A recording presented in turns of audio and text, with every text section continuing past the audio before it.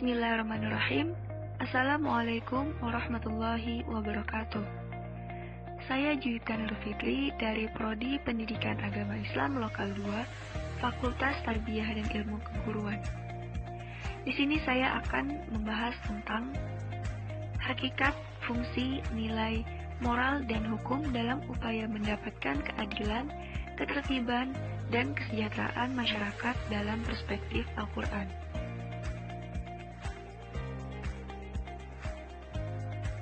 Yang pertama, hakikat, fungsi, nilai, moral, dan hukum. Manusia, moralitas, dan hukum. Manusia sebagai makhluk sosial dan berbudaya pada dasarnya dipengaruhi oleh nilai-nilai kemanusiaan. Nilai tersebut berupa etika yang erat hubungannya dengan moralitas maupun estetika yang berhubungan dengan keindahan.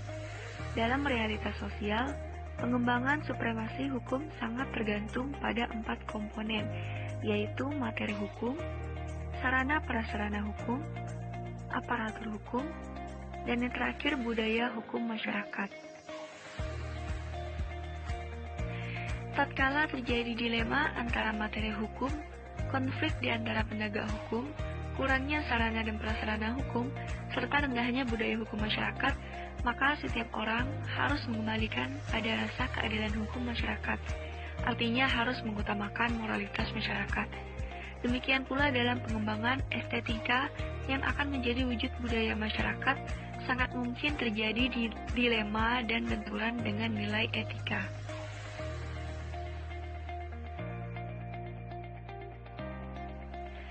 Hukum tidak dapat dipisahkan dari aspek moral bila hukum belum ada secara konkret yang mengatur, dan moralitas telah menuntut ditransformasikan, maka moralitas haruslah diutamakan. Kebebasan berekspresi tidak boleh bertentangan dengan moralitas, karena negara kita yang berfalsafahkan Pancasila yang memuat nilai religius, yakni moralitas. Sebagaimana telah maklum bahwa negara kita adalah negara hukum, artinya segalanya harus ditundukkan di bawah hukum tanpa ada diskriminasi. Akan tetapi, hukum bukanlah segala-galanya. Hukum bukanlah suatu tujuan. Hukum itu sendiri diciptakan bukan semata-mata untuk mengatur, tetapi lebih dari itu untuk mencapai tujuan yang luhur, yakni keadilan, kebahagiaan, dan kesejahteraan masyarakat.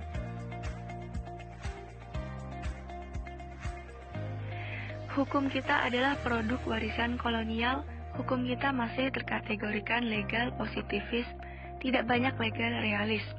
Hukum sendiri sebagaimana dinyatakan oleh H.L.H. Hart dalam bukunya General Theory of Law and State 1965, sebenarnya harus menjadi 3 unsur nilai, yakni kewajiban, moral, dan aturan.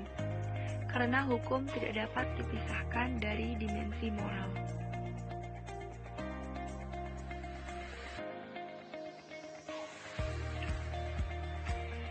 Bangsa kita adalah bangsa yang berbudaya ketimuran yang berbeda dengan bangsa barat. Bangsa kita sangat menjunjung tinggi moralitas bangsa. Dalam Kekaisaran Roma terdapat satu pepatah, quid leges sin moribus, apa artinya undang-undang jika tidak disertai moralitas. Hukum dapat memiliki kekuatan jika dijiwai oleh moralitas. Kualitas hukum terdapat pada bobot moral yang menjiwainya.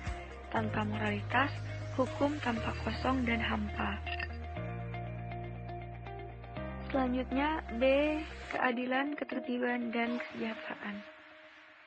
Menurut KBBI, keadilan berarti perilaku atau perbuatan yang dalam pelaksanaannya memberikan kepada pihak lain sesuatu yang semestinya harus diterima oleh pihak lain. Menurut Franz Magnus Suseno, Etika Politik 2001 mendefinisikan keadilan sebagai suatu keadaan di mana semua orang dalam situasi yang sama diperlakukan dengan cara yang sama. Keadilan merupakan hal penting dalam kehidupan berbangsa dan bernegara. Keadilan merupakan salah satu prinsip dalam tujuan suatu negara, menyangkut keamanan, ketertiban, kesejahteraan umum, kebebasan, dan sebagainya.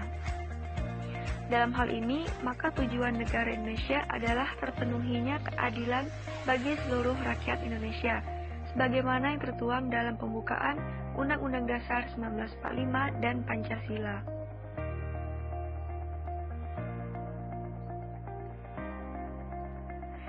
Dalam pasal 27 UUD 1945 ayat 1 misalnya, mengatakan bahwa segala warga negara bersamaan kedudukannya di dalam hukum dan pemerintahan dan wajib menjunjung hukum dan pemerintahan itu dengan tidak ada kecualinya. Kemudian sila kelima Pancasila mengandung makna adil dalam hal pemenuhan kebutuhan hidup masyarakat. Dalam pengertian ini, hasil pembangunan dan kekayaan bangsa dapat dinikmati secara adil oleh seluruh lapisan masyarakat.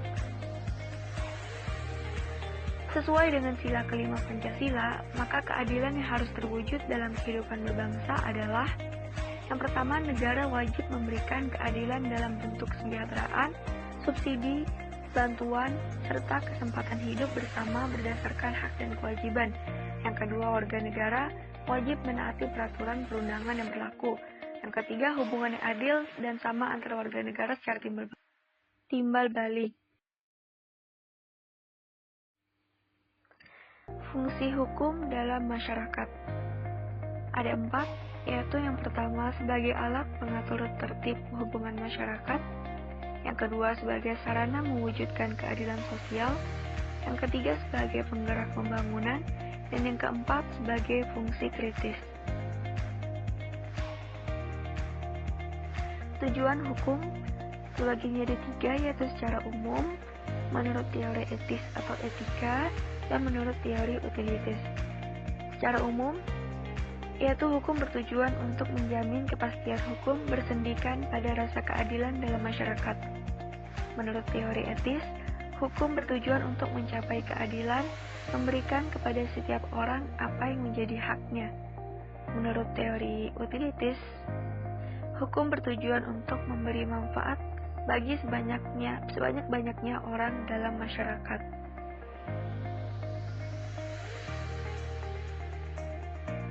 Perwujudan masyarakat bermoral dan taat hukum.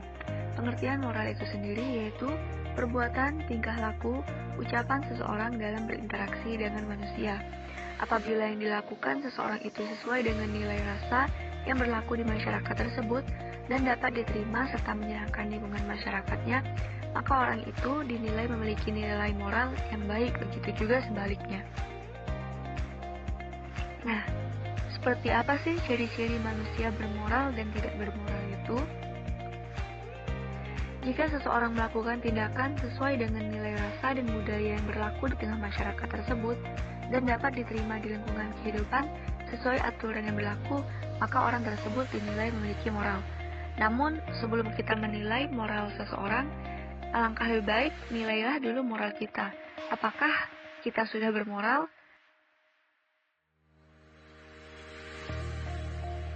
Sehingga kita pantas untuk menilai orang bermoral atau tidak.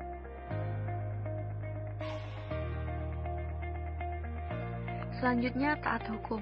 Norma hukum adalah peraturan hukum yang timbul dari hukum yang berlaku. Hukum dalam masyarakat merupakan tuntutan. Mengingat bahwa kita tidak mungkin menggambarkan hidupnya manusia tanpa atau di luar masyarakat, maka manusia, masyarakat, dan hukum merupakan pengertian yang tidak dapat dipisahkan.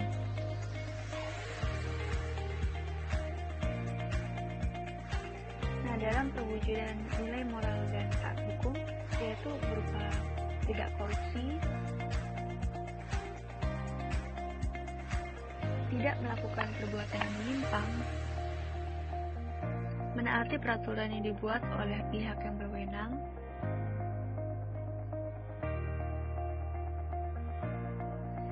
gotong royong, patuh pada orang tua,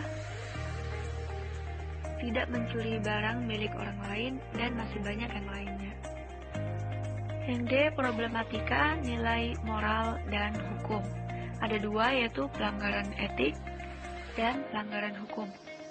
Dalam pelanggaran etik, kode etik profesi berisi ketentuan norma etik yang seharusnya dilakukan oleh anggota profesi. Bila seseorang melanggar kode etik profesinya, ia akan mendapatkan sanksi etik dari lembaga profesi.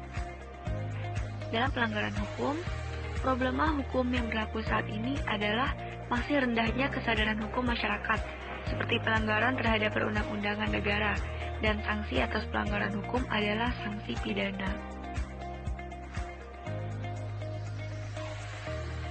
Faktor-faktor yang mempengaruhi adanya pelanggaran norma ada 4, yaitu yang pertama,